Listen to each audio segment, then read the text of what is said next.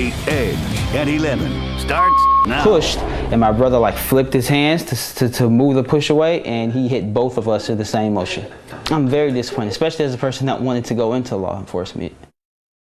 Well, you've heard of police using stop and frisk, but these young men complain that their encounter with police was more like stop and fight. It's a story you'll see only on The Edge tonight. These young men are charged with assault, but they say they are the real victims. So who's right? Who's wrong? Fox News' Andre Isom live on Detroit's east side with the video so you can judge for yourself. Andre. Well, first let me say this. Detroit police have reviewed this video. They've investigated this case. They have made their decision. But the young men who were arrested want everyone to see this video because they say, like you said, Huel, they did nothing wrong. They say trouble finds you, and at that day, trouble found me. 20-year-old Tywan Mitchell and his big brother, 26-year-old Navon Moore, went to Grandy's Coney Island back in the month of May around midnight. This cannot be proven, but Mitchell says they were being profiled by two Detroit cops in this cruiser who he claims were tailing them close behind. I have no record, so I wasn't really worried. They pulled in behind us. I got kind of nervous, but then they backed away, so I thought everything was cool. You see in this surveillance video, the two brothers are by the counter, and the officers come in. They asked me what did I say to them in the parking lot. I didn't say anything. I was talking to my brother, and I just said, wow, that's crazy. They almost hit my car. And me and my brother said, okay, and turned around. We thought that was the end of it. But it was not over. Shortly after, one of the officers asked the guys for ID. I said, well, what are you going to do with my ID? Please, can you tell me what you're going to do with my ID? And, tell me what I'm doing wrong. Name one thing that we did wrong in this Coney Island. The brothers were yelling, insisting on getting answers to why they were being questioned by the cops, saying they know their rights because one is in college for criminal justice, the other studying law. Then, all of a sudden. And pushed, and my brother like flipped his hands to move the push away, and he hit both of us in the same motion. He socked both of them momentarily, bang, bang, in the jaw. Then it was on. The boys in blue and the brothers were brawling. It was a natural reaction. When he hit me, I hit back. I hit him about 3 times, and I immediately stopped. I kind of like curled up a little bit.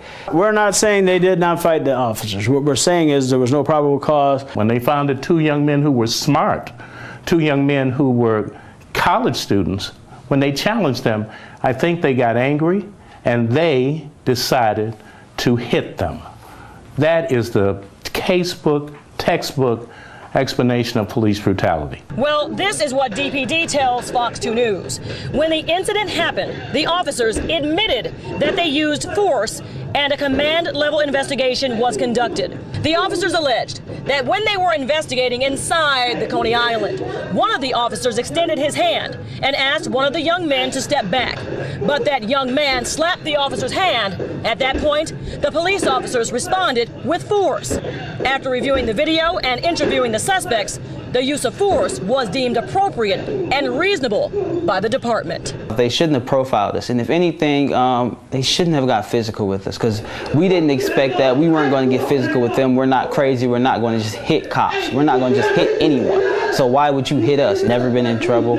And I don't want them to think that we're bad people because we hit the cops back. Actually, I want them to look at us as the good people, I don't think I would do anything differently. I just feel bad because it's no telling how many other people have been in this type of situation. I'm thankful that mine was on camera and everybody can see it. I'm very disappointed, especially as a person that wanted to go into law enforcement. Changed my whole perspective, but actually that just gave me that drive to do it more.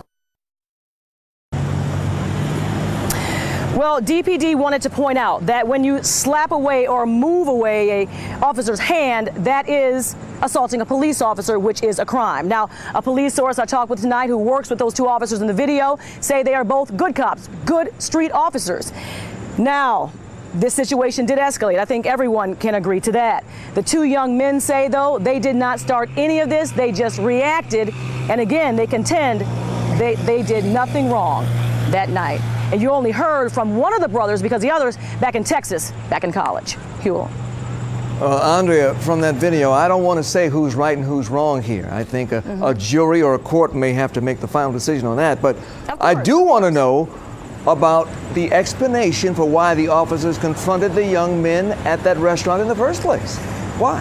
Okay, I think, and that's what we've asked on both sides of this, and both sides have a different story. DPD tells me this is what the officers tell them, that when they were in the parking lot, the two young men made a grim expression, some kind of negative expression. When they went inside, the officers asked them about what happened out in the parking lot, and they say the young men were unruly and aggressive.